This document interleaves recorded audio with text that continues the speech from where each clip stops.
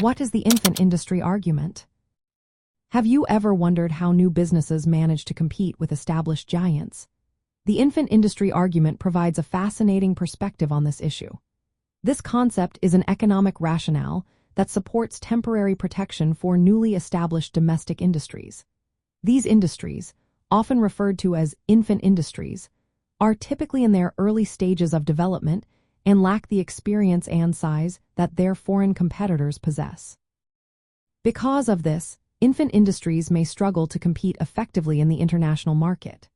They often need some form of government support or protection to survive and grow.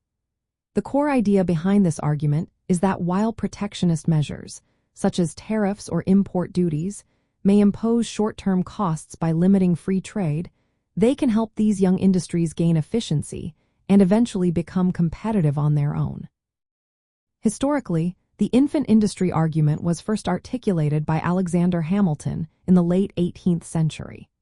Hamilton believed that for a country like the United States, developing a strong industrial base required shielding nascent industries from foreign competition until they could stand on their own. Later, economist Friedrich expanded on this idea in the 19th century.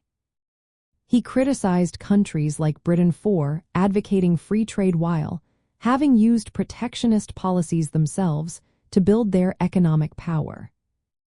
From the perspective of liberal economic policy, the infant industry argument creates a bit of tension. Classical liberalism emphasizes free trade and minimal government intervention. It argues that open markets lead to efficient resource allocation and overall economic growth. However, this argument acknowledges that temporary protection can be a practical tool to develop industries that would otherwise struggle against established international competitors. In practice, many developing countries have used the infant industry argument to build their domestic manufacturing or technology sectors. Governments may impose tariffs or quotas on imports to give local firms time to improve productivity and scale up. However, liberalism also warns of potential downsides. Protectionism can lead to inefficiencies and retaliation from trading partners, which can harm the economy in the long run. Moreover, it can be challenging for governments to identify which industries truly deserve protection and to remove those protections once industries mature. The infant industry argument holds that new industries need temporary protection to grow and compete internationally.